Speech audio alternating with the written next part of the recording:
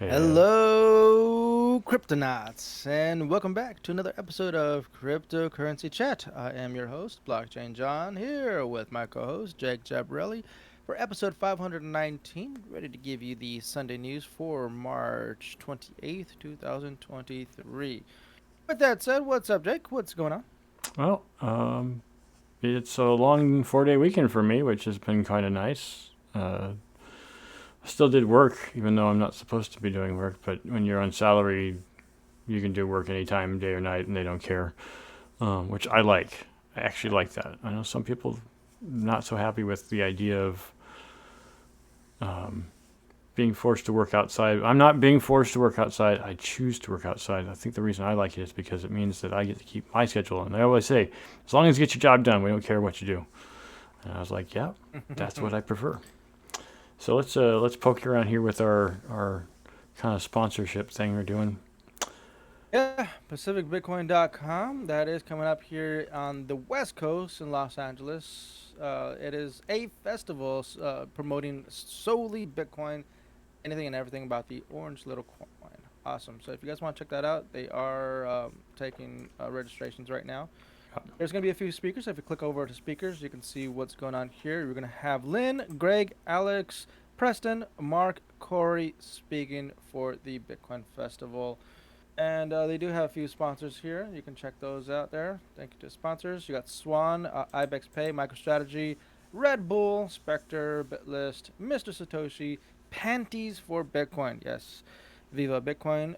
Thank God for Bitcoin and Bitcoin jobs. Check that I like out. the That's godless Bitcoin one. It's funny. So yeah, lots of that bitcoins. Oh, is it's going to be Bitcoin only. We're not talking about altcoins in this case. No, no altcoins will. I mean, the speakers won't be talking about it. I mean, the people you meet at the festival might, but um, yeah, it's going to be all Bitcoin all the time. Bitcoin only. Don't talk about anything else, or at least the speakers won't. So yeah, I think didn't you say last time we talked about this that let's head on over to the reason they're doing it is because the Miami conference, even though it was Bitcoin related, still had other coins at it, and Bitcoin they're just like, conference. hey, let's talk about Bitcoin instead of talking about every other damn coin.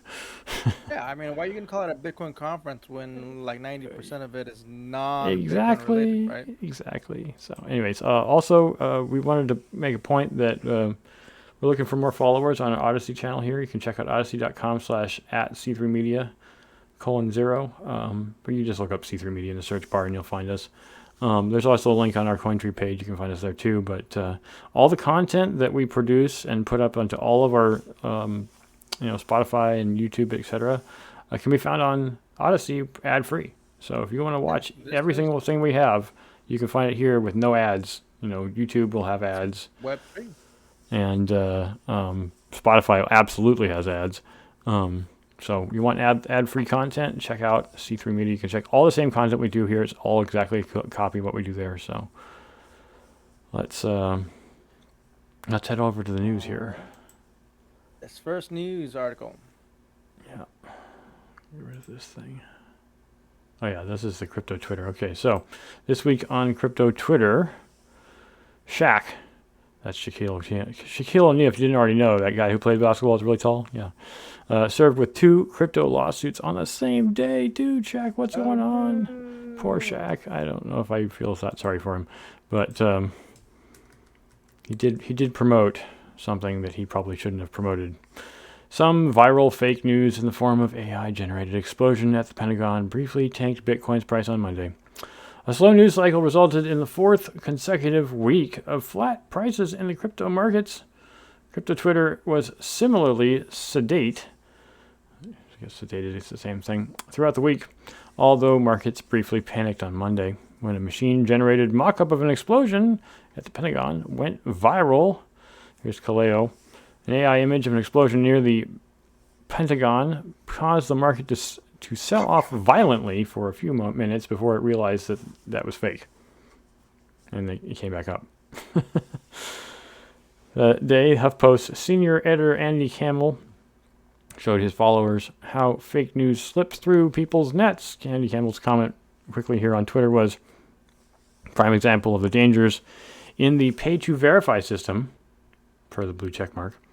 This account, which tweeted a very likely AI-generated photo of a fake story about an explosion at the Pentagon. Looks real if you don't look at the building to the right. The building to the right looks totally fake and unrealistic, all manners. Coinbase shared a 1-minute video of its CEO, Brian Armstrong, explaining the importance of regulating crypto sensibly before all the innovation is driven offshore, which we will talk about later. Coinbase recently announced a global expansion drive, acquired a license to operate in Bermuda, and used the license to open an international exchange offering Bitcoin and Ethereum perpetual futures, because they're not in the United States and they can do that now.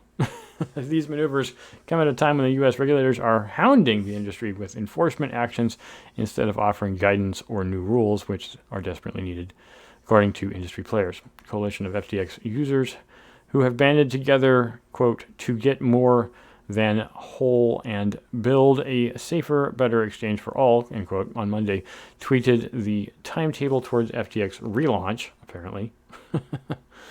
And, of course, FTX CEO John Ray III confirms FTX 2.0 plans. That was in the tweet. Basketball legend Shaquille O'Neal had a tough week after getting served with 2 different lawsuits on the same day while he was broadcasting during an NBA game. Web3 lawyer Ariel Givner shared her thoughts about the complaint pertaining to Shaq's NFT project Astrals. The other complaint is about the promotional work for FTX. On Wednesday, the Binance CEO Changpeng Zhao said there were bullish signs coming from China that day, and his comment was, Central China Television just broadcasted crypto. It's a big deal. The Chinese-speaking communities are buzzing. Historically, coverage like these led to bull runs. Not saying past predicts the future, and not financial advice. Not like he needs to say that. Anyways. Meanwhile, Zhao's exchange reiterated its own commitment to help U.S. authorities take down North Korean cybercriminals. Coinbase's legal officer, Paul Grewal, that day tweeted about the legal challenge to U.S. sanctions against crypto transaction privacy tool Tornado Cash, and since we have an article about this, I'm not going to read any further. OpenAI CEO Sam Altman was in Germany on Thursday having productive discussions about AI regulation. Sam says, had a great meeting with Chancellor Scholz this morning and a fun talk at TUM this afternoon, and finally enjoying a quiet moment in this beautiful city. Gemini co-founder Cameron Winklevoss was doing the same in Ireland, and we will talk about that exact concept later. So that's all the news there is in This Week in Crypto. We will be talking about at least 2 articles further down the line. What's going on in coins, John? This week in coins, Bitcoin and Ethereum sees 4th flat week as Tron and Tether surge. It was the 4th consecutive week of flat prices. A generally slow news cycle meant that the market leaders, Bitcoin and Ethereum, remained where they were last weekend. Bitcoin depreciated a nominal 0.5% and currently trades at $26,815, while Ethereum rose 1% over the 7 days and now enters the weekend at $1,829. On Monday, an AI-generated photo depicting a fabricated explosion at the Pentagon briefly caused a sell-off in stocks and Bitcoin, which is good because that means I get to stack more sats. Mm-hmm. Yes. You didn't take advantage, did you? I'm pretty sure it was around that time that I did. Yeah. All right, good. Markets were decidedly flat across the board, with no top 30 cryptocurrency posting significant gains, except Tron, which rallied 8% to 7 cents. It's matching Doge. This week appears to have Tron's rally this week appears to have been driven by the climbing market capitalization of the U.S. dollar-pegged stablecoin Tether, USTD. That's interesting. Isn't it supposed to be USDT? Yeah, it is supposed to be USDT. I don't know. As the latter inches towards overtaking its all-time high of $83.2 billion set in May last year. According to CoinGecko, Tether may set a new watermark any day now. Tron and USDT's joint rally appears to be linked to the fact that the majority of USDT, approximately $46 billion, is issued to Tron, surpassing the $36 billion on Ethereum. Recent data shows a steep rise in the USDT on Tron network throughout 2023 so far. The biggest losses among cryptocurrency this week were posted by Internet Computer, ICP, which fell to 6% to $4.88, and Lido DAO, LDO, which dropped 7.1% to $1.96. Coin politics. Crypto is already a major talking point in Bitcoin-friendly Florida Governor Ron DeSantis' campaign as he gets ready to run as the GOP's candidate in the next year's U.S. presidential elections. DeSantis headlined an otherwise disastrous Twitter space that day. He announced his candidacy and told his host, Twitter/Tesla CEO Elon Musk, that Biden's administration has it out for Bitcoin, and if it continues for another 4 years, they'll probably end up killing it. Yeah, right. Even Trump can't kill it. On Tuesday, the International Organization of Securities Commission, IOSCO, released a report outlining policy recommendations for global crypto regulations as part of the public consultation process.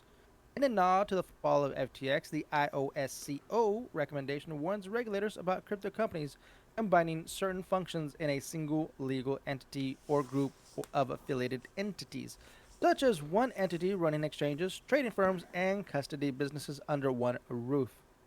On Thursday, Watchdog, the European Systemic Risk Board (ESRB), released a report concluding that the industry's economic impact is minimal, but advising vigilance and policymakers that monitor leverage trading and the industry's financial contagion risk.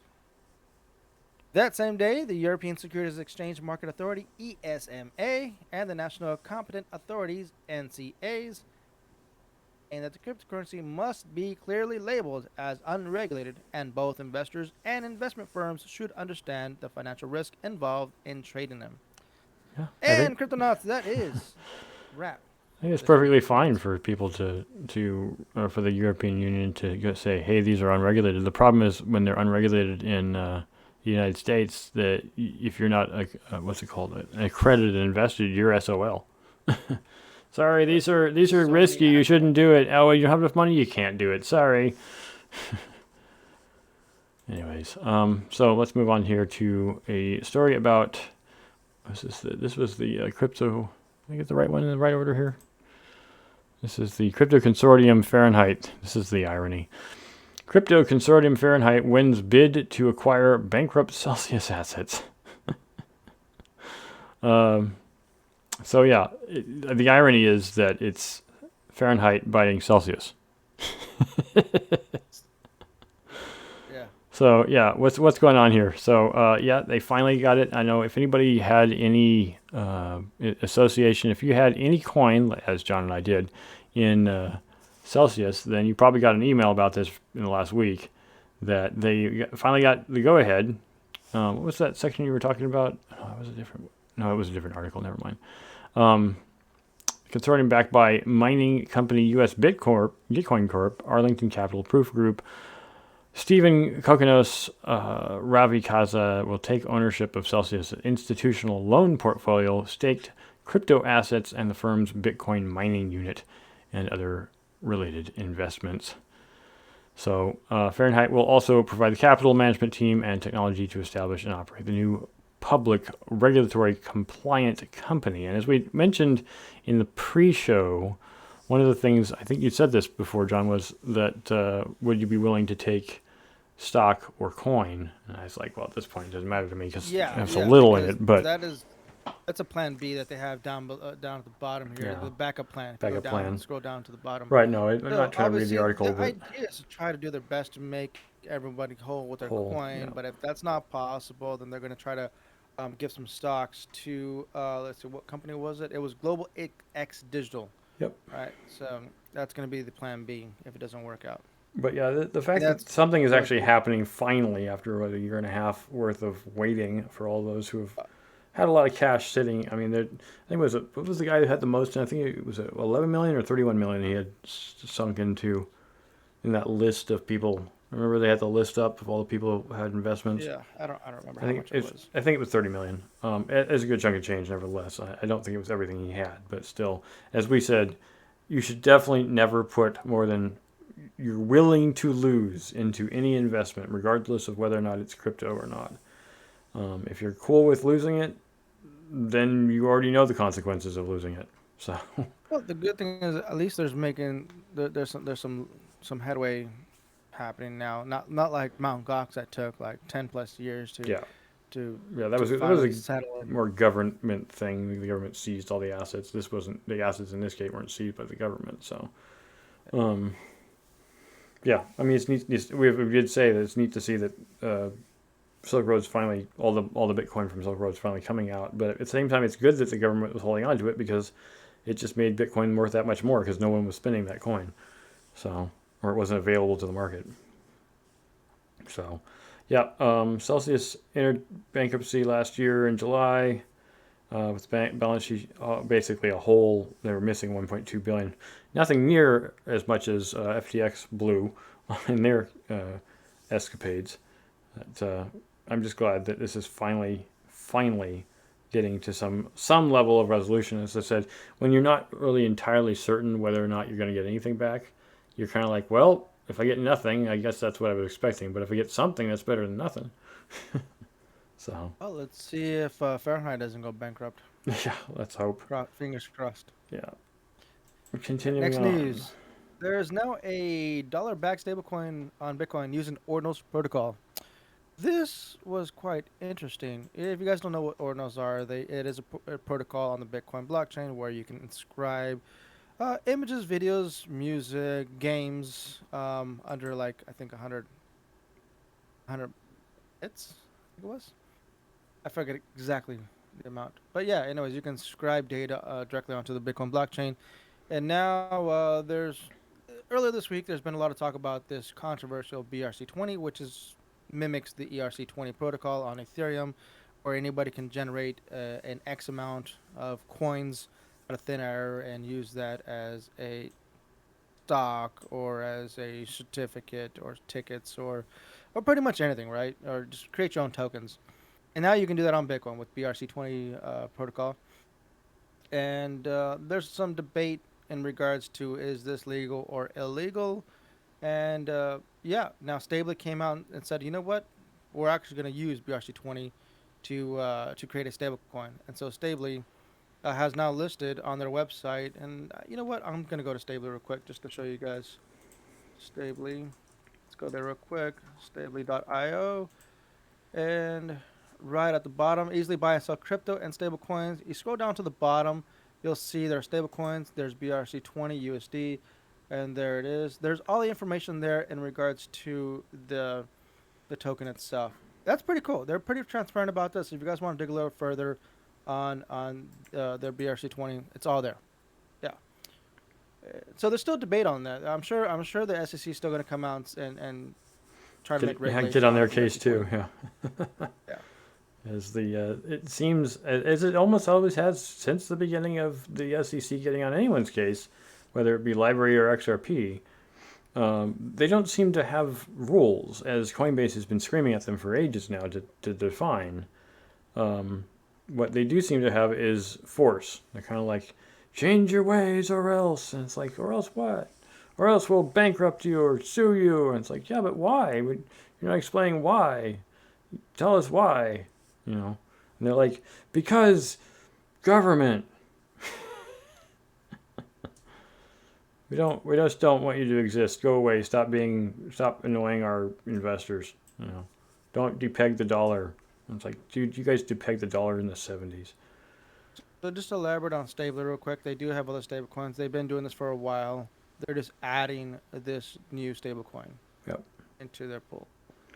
So And they are listed on CoinGecko. Yep. USDS is their ticker on CoinGecko. Currently up at $1.02. With For the now. market cap, and that's pretty important. A market cap of, this is important. Where is it at? Trading volume $2,155. Not much. They just opened up. Let's see, market cap. Where's the market cap at? Market cap. Go back. Scroll back up. Scroll back up. It says right there. No. Market cap. Oh wait, no, there's no listing right now. That Nothing. sucks. It It's says so market new cap, that there's no nothing. listing. Yeah. That's how new it is. This is breaking news.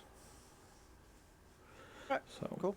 moving on to government sanctions on Tornado Cash don't fit the law, which is, as I mentioned in just the last article, Coinbase legal officers. This is from Paul Gruel, who's been arguing this point forever. A new court filing in this. Can you read all that? Can you Pardon? read all that from the beginning all the way up to the tweet? Yeah, sure. In a new court filing in support of the ongoing legal action against the U.S. Department of Treasury, individuals seeking to overturn the decision to sanction Ethereum mixing service Tornado Cash presented key arguments for the case. Per the plaintiffs, quote, this case is not about carving out special rules for new technology, end quote, but rather holding the Treasury, quote, to the basic requirements of the International Emergency Economic Powers Act, or the IEEPA, and a free speech clause of the First Amendment of the United States Constitution, end quote. Taking to Twitter, Paul Garol summarized the arguments stating that, quote, they all come down to the same problem, end quote, that the government is attempting to ban open source software using a property sanctions statute because the government isn't what the law was meant to do, or because it isn't what the law was meant to do. The government can't make the law fit the case, argues Grohl. So this is really what the struggle is coming down to, is that they banned this thing that they can't actually ban.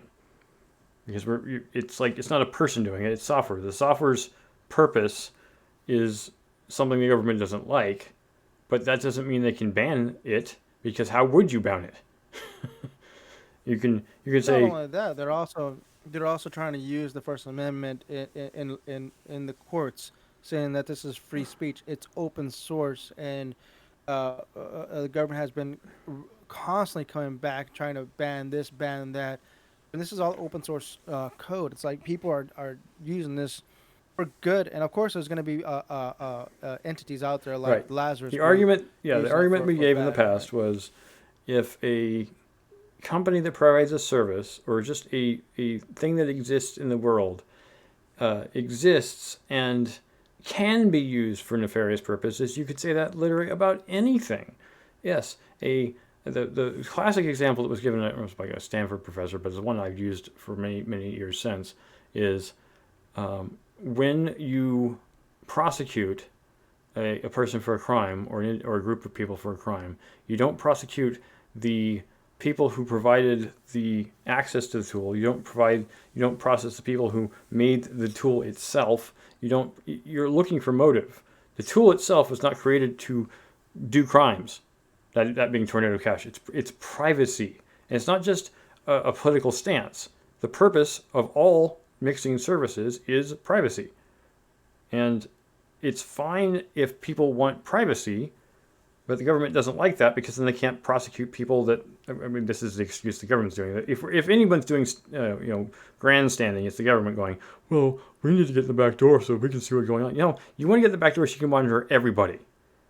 And that's not privacy based. There's a reason WhatsApp won't give up their privacy functionality, the same thing as an iPhone. Neither one of these companies wants to give up the privacy functionality of their devices, because that means that people everywhere can't trust them, because they know that the U.S. government has access to the back end. So you don't like Tornado Cash because you can't get into the back end, and that means that even though in this case the tool can be used by Lazarus Group, but it can also be used by people who just want privacy from your prying eyes. So as far as the article is going in saying that the use of this software is a First Amendment thing, the government doesn't have any right to usurp our First Amendment rights. To circle back around to the purpose here, and so. Anyways, is there anything? We did speak about this a lot on last Wednesday. That Pertsev was going to go to court, right? Right. He was arrested. And now is going to court challenging Chainalysis. That's what it was. Right. And now it says right here, the last little sentence, Pertsev's lawyers now want to question the firm because of the role its data played in the developer's arrest in August last year. Yep. It's just. Yeah. I am so for like obviously I'm not for criminal activity, but I want Tornado Cash to be successful. I want Tornado Cash to win this case. Right. But at the same time, we mentioned this. This is like banning open source. It's like making open source illegal. Like anybody that's trying to develop open source would be considered a criminal, at some point in the future. If these cases continue to compile, That's what it's building up to. So yeah, Tornado Cash needs to win this. Yep. So we can have the freedom of speech. Right. There's more than just that. I can't think of how to make the point. Yeah, we'll just move to the next article. Crypto exchange. Okay, oops, there we go. Crypto exchange Gemini turns to Ireland for European headquarters. The Winklevoss twins, in particular, co-founded the cryptocurrency exchange Gemini. Gemini Cryptocurrency Exchange announced the following a meeting between crypto co-founders Irish Prime Minister Leo Varadkar and representative of this and the Industrial Development Agency (IDA), the body responsible for foreign investment into Ireland. Now, Ireland has been very lax with their tax laws in general. It's the reason a lot of companies have moved there, and Google has an office there, and Facebook has an office there, and Apple has an office there, because if you want to operate in the European Union, Ireland makes it easy for you, kind of like the way Delaware does it here for making a business. We're great. Anyways, regardless of their gratitude, they're trying to get away from the rules of the United States, and they're finding that the markets in crypto assets, or MICA, is finally a clearly defined regulatory framework which they can operate cleanly in without having to worry about being sued by the SEC. Although they probably will still get sued by the SEC, because the SEC is like, hey, you've already done stuff here. You need to stop, and we need to get money for that. And you're basically chasing crypto, companies out of the United States. If SEC, if you want people to stick around, take a hint. A lot of it has to do. A lot of it has to do with Mika that just came out not too long ago. What's it been, about a month? Well, that's what I said. The markets in crypto assets, the Mika. Yeah. That's what I said. The MICA. That's why I'm saying the framework that they created is clearly defined, and is allowing crypto companies to operate legally in Europe. So we will see more companies leaving the States. Yeah. Coinbase has already said they're leaving, and they've already started in Bermuda, and they're probably going to end up in Ireland too. So, yeah. I mean, look at poor Coinbase's stock since it came out. It did briefly go up after it hit the market, and then it's just been a downhill trend ever since. So I can see why they want to close up shop. Well, a lot of it has to do with the whole futures thing. Yeah. But what they need is spot trading, not futures trading. Well, that's can still where the success is at when. Huh? They still will be able to do that in other countries. That's the point is, the problem that they're going to run into is that they're going to get a lot of Americans VPNing into their servers in Ireland or in Bermuda, and they're going to get sued anyways, which is exactly what happened to BitMEX. So, they're going to say, hey, you need to block Americans from trading in your exchange, because we don't allow that here yet, or at all. So just to wrap this up, I wanted to read this last little part here at the bottom of the last sentence here. It says, we're not leaving the U.S. We're going to continue to fight the good fight there. But we also understand that you can vote with your feet, and that's our right, and we will do that when faced with a hostile environment. Right. Added Cameron Winklevoss. Yep. No, that's the point. And so they're mostly leaving. They know they have a market. It's like with Google left China like 10 years ago on principle, but Microsoft didn't. And Microsoft's like, okay, China, whatever you want us to do, as long as we get to stay in your country so we can make money off you. Like Google is just like, nope, sorry, principle before money, which is a weird thing for a for-profit company to say. But it does give you a sense of their moral aptitude. So anyways, that's all we got for this Sunday, May 28th, episode 519. Thank you all for watching. Check out our sponsor here, PacificBitcoin.com, and of course, find us on C3 Media. But the best place to do it is to go to Cointree, COINTR.ee/C3 Media, and you can donate in all forms of coin that we have listed. Just click on the link and donate. We appreciate it. You can also donate in Litecoin. Or not Litecoin, sorry, Lightning, which is the fast version of Bitcoin. You can check out our extra content on Patreon. We encourage you to do so. There's a lot of extra content there, particularly from interviews. You can also see us on Odyssey, as I mentioned, YouTube, Twitch, Spotify, and of course, John's dual accounts on Twitter, as well as I have an account, but I hardly ever tweet there. Discord, check out there. You can get our C3 Media token if you just come in and do a little work for us. And you can also donate in fiat if you like through PayPal, Buy Me a Coffee, etc. Thank you all for watching. As we say at the end of every single show, stack sats and hodl. And huddle. Adios. Adios.